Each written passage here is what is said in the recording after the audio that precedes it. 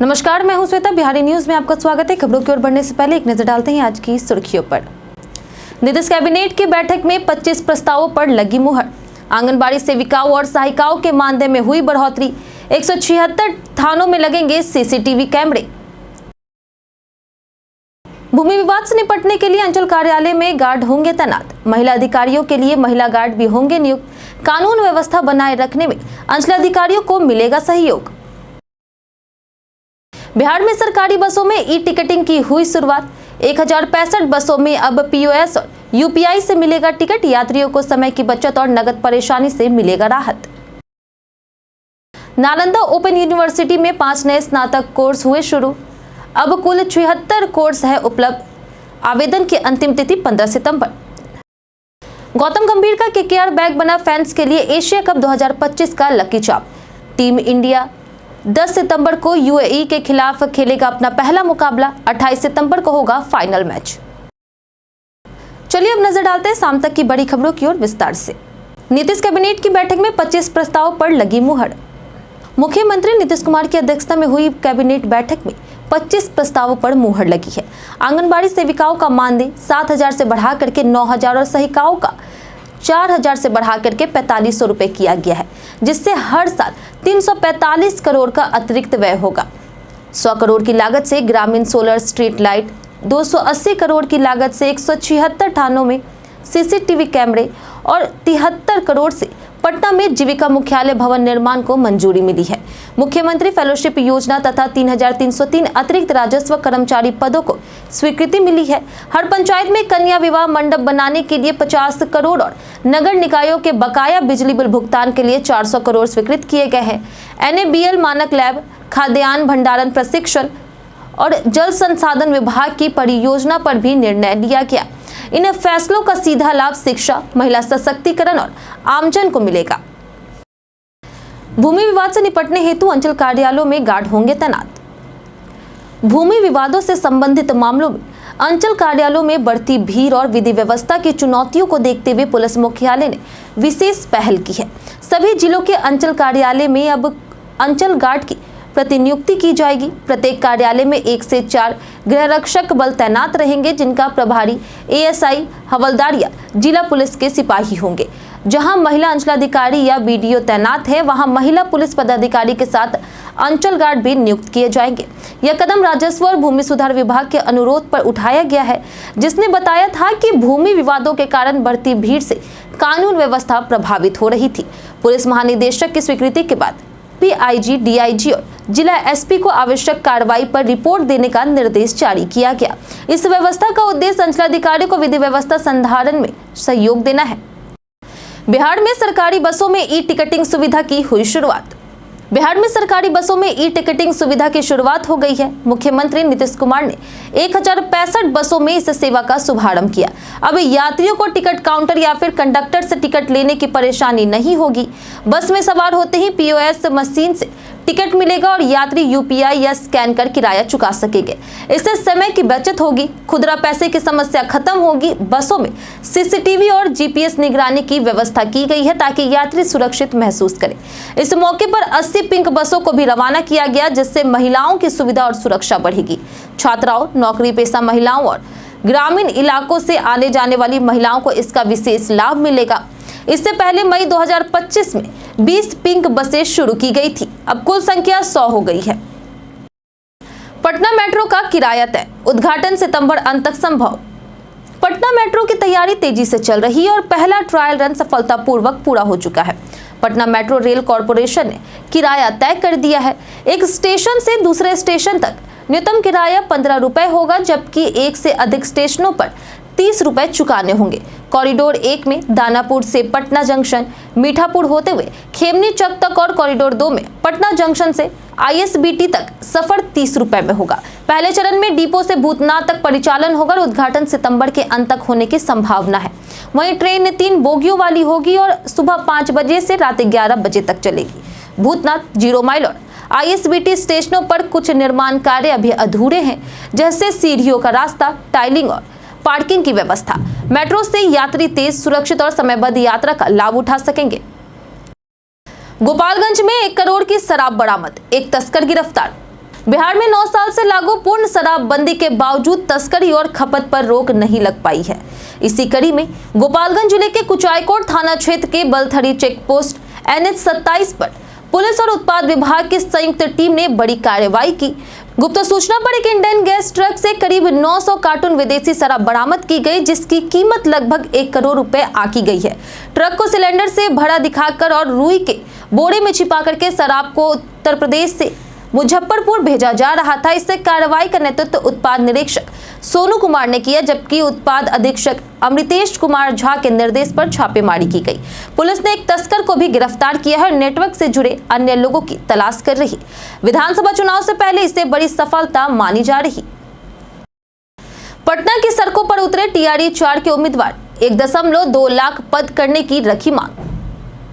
बिहार में चौथे चरण की शिक्षक भर्ती परीक्षा यानी कि TRE 4 को लेकर के छात्रों का विरोध जारी है।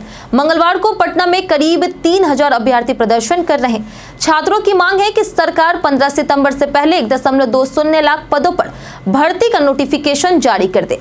अभ्यर्थी सीटों की कटौती का विरोध कर रहे हैं, क्योंकि पहले सरकार ने बड़ी बहाली का वादा किया था, लेकिन डोमिसाइल लागू होने के बाद पदों की संख्या घटाकर 27,910 कर दी गई है। छात्रों का आरोप है कि बिहार के युवाओं के साथ छल किया गया। छात्र पटना कॉलेज से लेकर के मुख्यमंत्री आवास तक मार्च कर रहे हैं।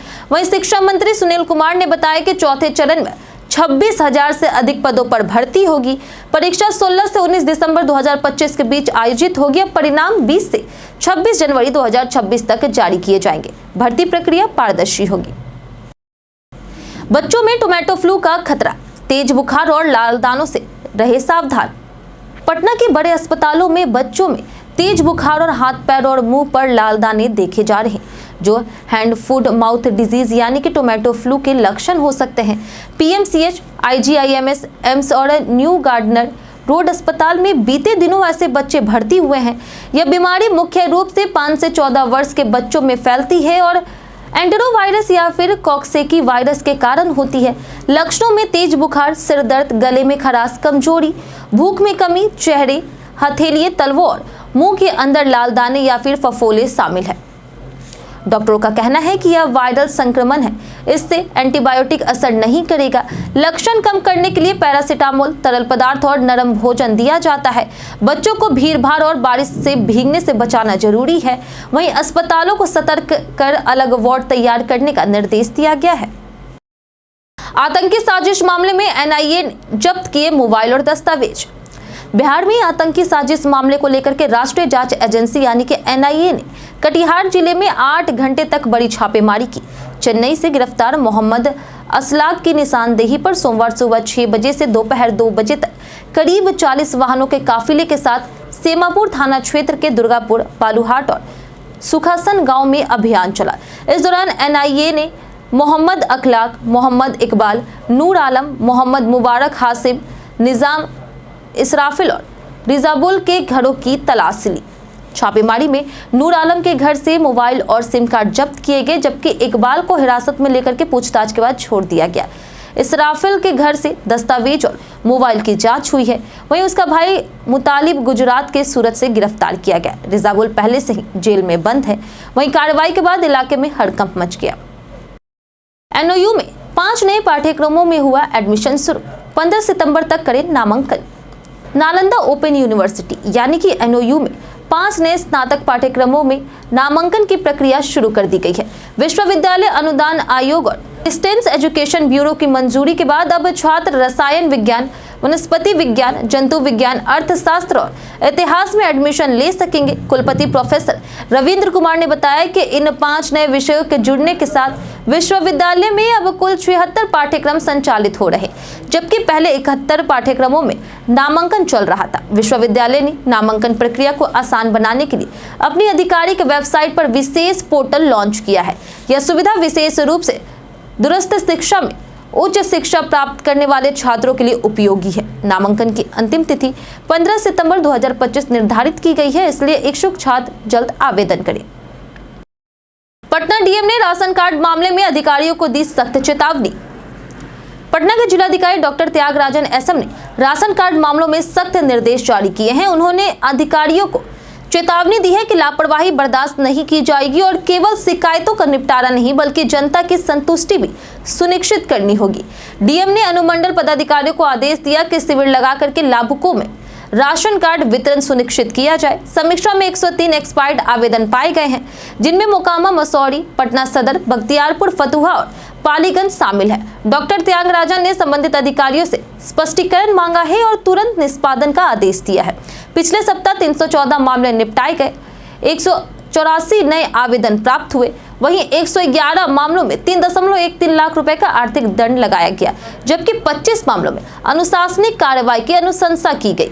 डीएम ने स्पष्ट किया कि दंड राशि तुरंत जमा न होने पर वेतन से कटौती की जाएगी। हाईकोर्ट में लालू यादव ने सीबीआई एफआईआर रद्द करने की दी अर्जी। जमीन के बदले नौकरी घोटाला मामले में लालू प्रसाद यादव ने बड़ा कदम उठाया है। उन्होंने दिल्ली हाई कोर्ट में याचिका दायर कर सीबीआई की दर्ज एफआईआर को रद्द करने की मांग की है। लालू यादव के वकील कपिल सिब्बल ने दलील दी है कि एफआईआर भ्रष्टाचार निवारण यानी कि पीसीए एक्ट के तहत आवश्यक मंजूरी के बिना दर्ज की गई, इसलिए जांच अवैध है। उनका कहना है कि जांच मंजूरी के बिना शुरू ही नहीं हो सकती। वहीं सीबीआई का आरोप है कि लालू ट्रायल कोर्ट में अपने पक्ष की दलील पेश करने से बच रहे। न्यायालय ने स्पष्ट किया कि मंजूरी न होने का असर केवल पीसी एक्ट पर होगा, आईपीसी मामले पर नहीं। अगली सुनवाई 25 सितंबर को होगी। यह मामला 2004 से 2009 में रेल मंत्री रहते हुए नियुक्तियों के बदले जमीन लेने के आरोपों से जुड़ा है। वहीं एफआईआर 18 मई 2022 को दर्ज हुई थी। औरंगाबाद से दाऊदनगर में 4 लेन बाईपास का होगा निर्माण। औरंगाबाद और दाऊदनगर में 4 लेन बाईपास का निर्माण होगा, जिसके लिए राष्ट्रीय राजमार्ग मंत्रालय ने राशि स्वीकृत कर दी है। निविदा प्रक्रिया आचार संहिता लागू होने से पहले शुरू करने की तैयारी है। वहीं औरंगाबाद बाईपास लगभग 9.5 किलोमीटर और दाऊदनगर बाईपास 8.5 किलोमीटर लंबा होगा। औरंगाबाद बाईपास NH 139 से जुड़ते हुए कई गांव से होकर के गुजरेगा। वहीं दाऊदनगर बाईपास दाऊदनगर गया रोड से जुड़ जाएगा।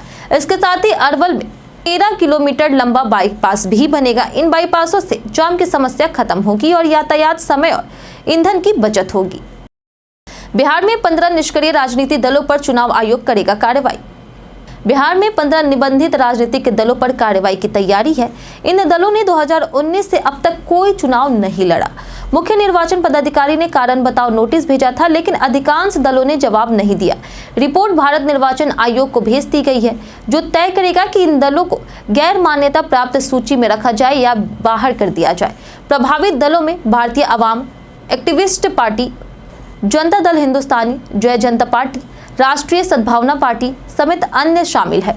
इस बीच बिहार विधानसभा चुनाव की तैयारियों को लेकर के पटना और शेखपुरा में 2 दिवसीय प्रशिक्षण कार्यक्रम शुरू हुआ। सीईओ विनोद सिंह गुंजियाल के मार्गदर्शन में अधिकारियों को नामांकन, आचार संहिता, ईवीएम, वीवीपैट, मीडिया की भूमिका, मतदान और मतगणना जैसे विषयों पर जानकारी दी गई। प्रशिक्षण का उद्देश्य निष्पक्ष और शांतिपूर्ण चुनाव सुनिश्चित करना है। बिहार में 10 से 25 सितंबर तक चलेगा जनसुराज का बदलाव यात्रा। जनसुराज पार्टी ने बिहार के सभी 243 विधानसभा क्षेत्रों में बदलाव यात्रा आयोजित करने की घोषणा की। चुनाव अभियान समिति के प्रदेश संयोजक सुधीर शर्मा ने बताया कि यह अभियान 10 से 25 सितंबर तक चलेगा। इस दौरान पार्टी नेता और कार्यकर्ता पंचायत स्तर तक पहुंचकर सभा, नुक्कड़ नाटक और डोर टू डोर अभियान के जरिए पार्टी का चुनाव चिन्ह और संदेश जनता तक पहुंचाएंगे। इसके लिए बिहार को 12 प्रमंडलों में विभाजित किया गया है। प्रत्येक प्रमंडल संयोजक, सह संयोजक, जिला चुनाव प्रभारी, विधानसभा प्रभारी और संभावित उम्मीदवार अपने अपने क्षेत्रों की जिम्मेदारी संभालेंगे। यात्रा के दौरान सभी प्रमुख गांव और बाजारों में कार्यक्रम होंगे। पार्टी का उद्देश्य है कि विधानसभा चुनाव से पहले जनता तक सीधा संवाद स्थापित किया जाए और संगठन को जमीनी स्तर पर मजबूत किया जाए। गौतम गंभीर का केकेआर बैक फैंस के लिए बना एशिया कप का लकी चार्म। एशिया कप 2025 का आगाज 9 सितंबर यानी कि आज से शुरू हो गया है, जिसमें भारतीय टीम 10 सितंबर को यूएई के खिलाफ अपना पहला मुकाबला खेलेगी। टीम इंडिया के हेड कोच गौतम गंभीर दुबई में अभ्यास के दौरान केकेआर लोगो वाला किट बैग लिए नजर आए, जिससे फैंस लकी चार्म मान रहे। यह बैग गंभीर के केकेआर जुड़ाव और 2024 आईपीएल की जीत की याद दिलाता है।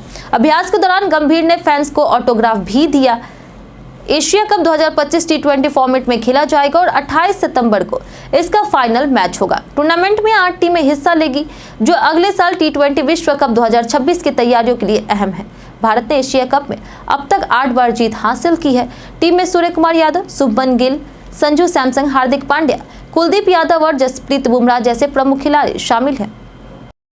बीते दिन हमारे द्वारा पूछे गए सवाल का जवाब आप लोगों में से बहुत लोगों ने हमारे कमेंट बॉक्स सेक्शन में लिख कर दिया है।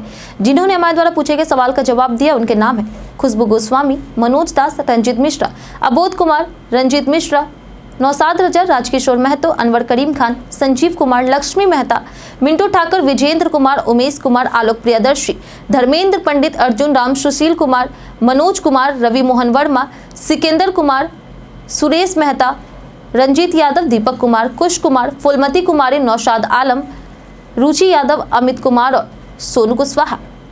इसी के साथ बढ़ते हैं आज के सवाल की ओर। आज का सवाल है, क्या आपको लगता है कि बिहार सरकार की योजनाओं का लाभ जनता को मिल रहा? आप अपना जवाब हमें हमारे कमेंट सेक्शन में लिखकर जरूर बताएं। आज के लिए इतना ही। बिहार की तमाम खबरों के साथ बने रहने के लिए देखते रहे बिहारी न्यूज़। और साथ ही अगर आप यूट्यूब चैनल पर देख रहे हैं तो चैनल को सब्सक्राइब करें और अगर आप फेसबुक पेज पर देख रहे हैं तो लाइक और फॉलो जरूर करें।